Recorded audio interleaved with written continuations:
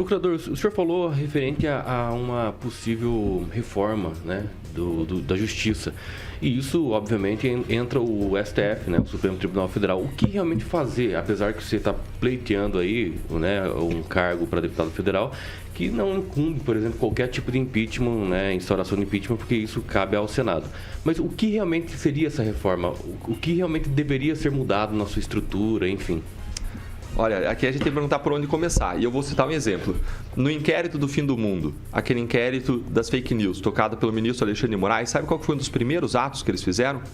Eles mandaram um ofício, uma ordem para a Receita Federal, para que a Receita parasse de investigar a família de dois ministros e suas famílias que estavam sendo investigados.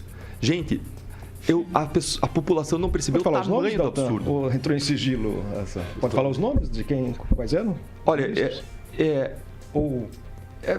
é uma informação de conhecimento público, salvo engano, tá? Eu teria que checar. Meu medo é só errar a informação, tá? Mas a informação é pública. Se a gente pegar aí na internet, ele fala durante a conversa, tá? Mas, salvo engano, eram as famílias dos ministros Toffoli e Gilmar Mendes, que tinham selecionados pela fiscalização da Receita, mas eu vou confirmar, enquanto alguém estiver me fazendo uma pergunta, eu confirmo, porque errar uma informação dessa é outra ação que eu vou tomar. Então, só por isso que eu tenho que colocar a ressalva. A Pamela está aqui dizendo que acha que era mesmo, mas a gente vai confirmar para você, ouvinte, tá? Então, tinha dois ministros, aqui está confirmando, o professor Jorge confirmando, eram esses dois ministros mesmo. Então, eu vejo que dois ministros estavam sendo investigados, toda a sociedade clamando por investigação de ministro. A Receita pega milhares de nomes, coloca critérios objetivos de fiscalização, seleciona para identificar quem tem sinais de riqueza de modo inadequado e, dentre os vários selecionados, tem dois ministros. Se esses ministros entenderem que eles não deveriam ser fiscalizados, o que eles tinham que fazer? Eles tinham que entrar com uma ação na primeira instância, no juiz concursado, e apresentar suas provas, os seus argumentos. E aí, se o juiz entendesse que a ação era inadequada, ele ia mandar uma ordem para a Receita. Não podia ser o Supremo fazer isso. Por quê? Porque na divisão de papéis do Judiciário, o Supremo não tem poder para isso.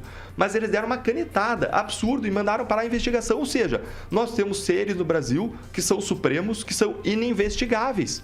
Como que você vai mudar o Supremo se ele é ininvestigável? E aí, quem poderia reagir em relação a isso? Quem poderia reagir é o Senado Federal. Incumbe ao Senado Federal fiscalizar o Supremo Tribunal Federal. Mas por que o Senado não faz? Porque várias pessoas lá têm rabo preso no Supremo. Porque existe uma coisa que é chamada de foro privilegiado, que faz com que as ações e investigações contra senadores tramitem no Supremo.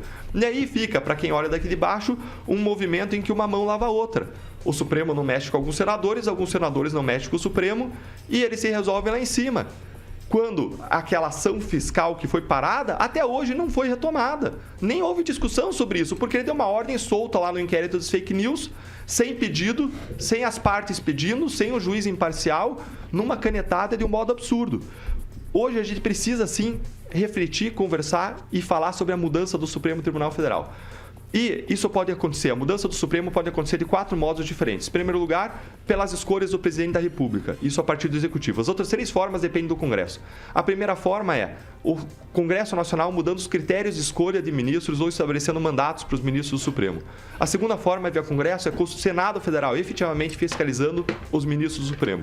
E, em terceiro lugar, o Congresso muda as regras que o Supremo aplica. Então, se o Supremo proíbe a prisão em segunda instância, o Congresso pode ir lá e restabelecer a prisão em segunda instância. Isso para a gente ficar no básico. Se a gente for discutir mais sobre reforma do Judiciário, a gente pode ir muito além disso. A gente tem 4 instâncias de julgamento, quando só o Brasil tem 4 instâncias de julgamento. A gente tem infinitos recursos, nunca acabam os processos. Na minha visão, a gente tinha que reduzir uma das instâncias de julgamento, ter 3 instâncias, e você só chegar à última instância como nos Estados Unidos. Nos Estados Unidos, você tem 3 instâncias e 100 casos chegam à Suprema Corte por ano. Aqui no Brasil, só em habeas corpus são julgados 15 mil. Chegam lá cerca de 80 a 100 mil casos. Não tem como funcionar. Nosso sistema é feito para não funcionar.